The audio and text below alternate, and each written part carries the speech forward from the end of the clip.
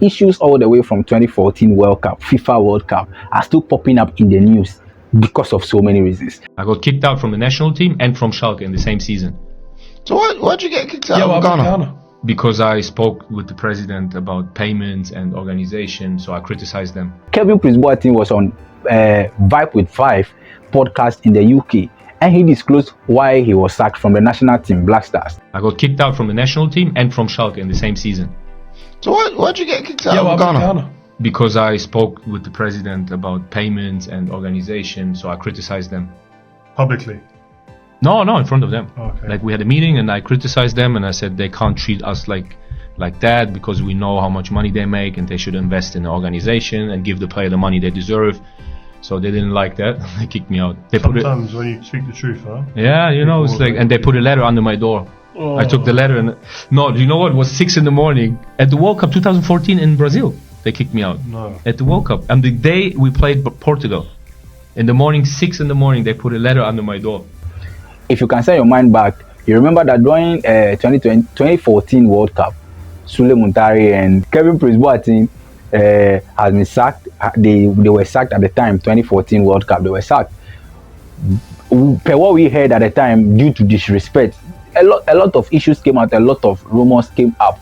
But he was asked during the podcast why he was sacked from the national team. And he said it is because he was fighting for the team. He was trying to talk about payment he was basically fighting for the players. And they feel like he did not speak very well, and that is why they sacked him from the national team. At the World Cup 2014 in Brazil, they kicked me out. No. At the World Cup. And the day we played Portugal, in the morning, 6 a.m, they put a letter under my door.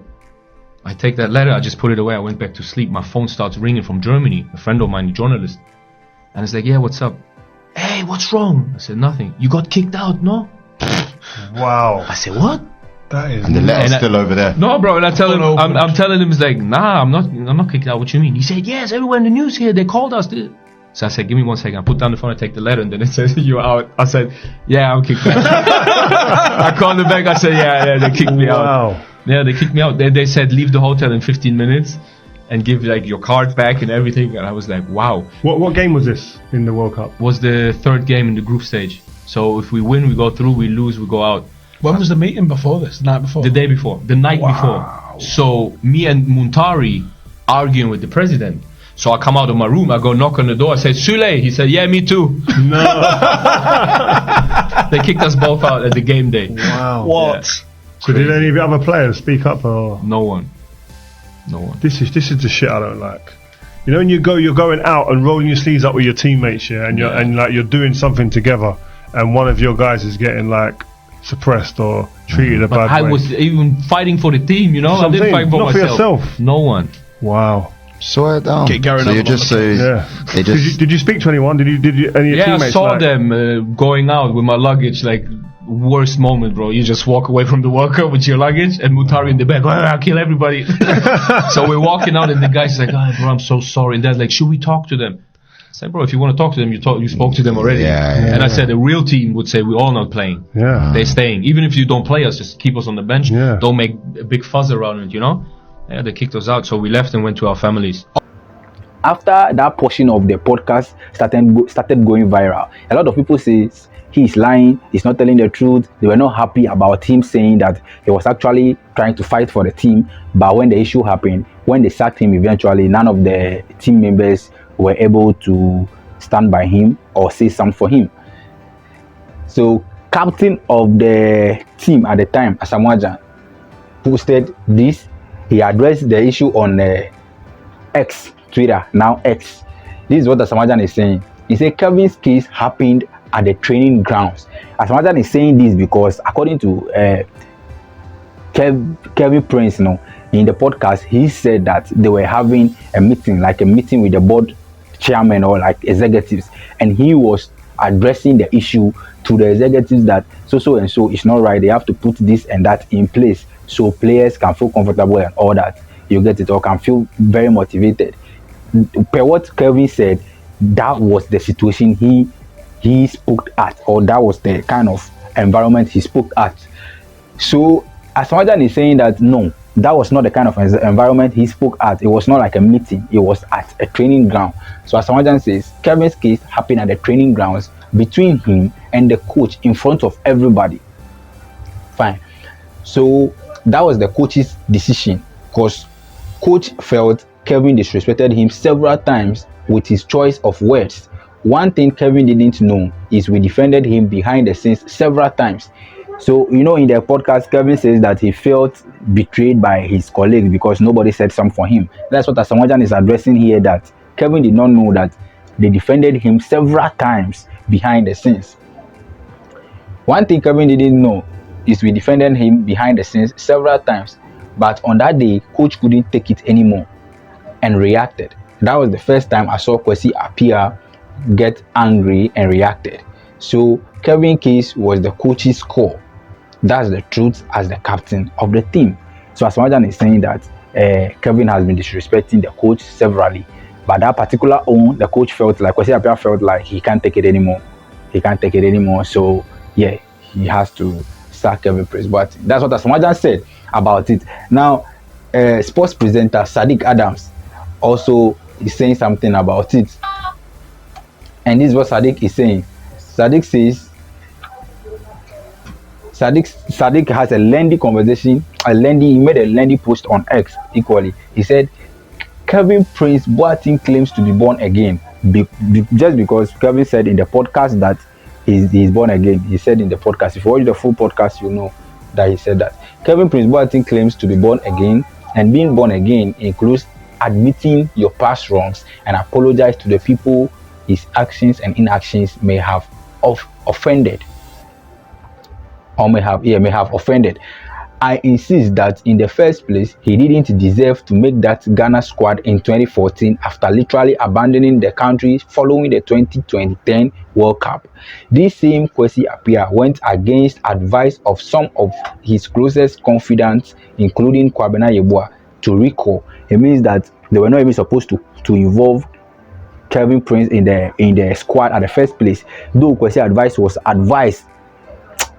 was advised not to call him, he went against all these advices and went to call Kelvin Prince.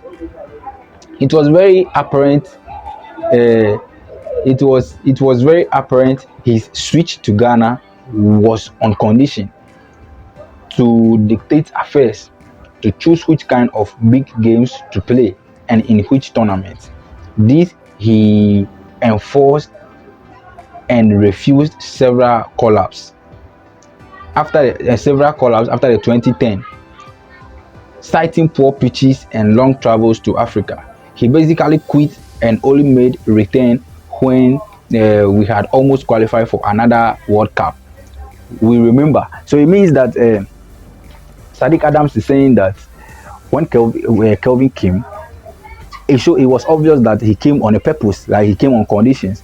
So he came like he want to decide for people what to do, the kind of matches to play. He doesn't want to play small games. He wants to play bigger matches. You get it? And a lot of the times when they call him, he turned down call-ups to say that, oh, the distance is too vast, traveling all the way from there to Africa and all that excuses. But after they are almost qualified for the World Cup, that is when he returned. So his actions in Brazil had nothing to do with money or fighting for the team. Like as he said in the podcast, it was for himself. It was for himself. These stories were comprehensively followed, covered and discussed. It was just 9 years ago, not 40. Not 40. He should stop forming good boy narrative. He may be that one, he may be that now, but he wasn't it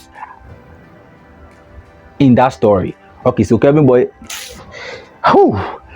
Prince says he's born again now. So Sadiq is saying that he may be born again now, but then he should stop forming the good boy now. But then no, he was not a good boy at all.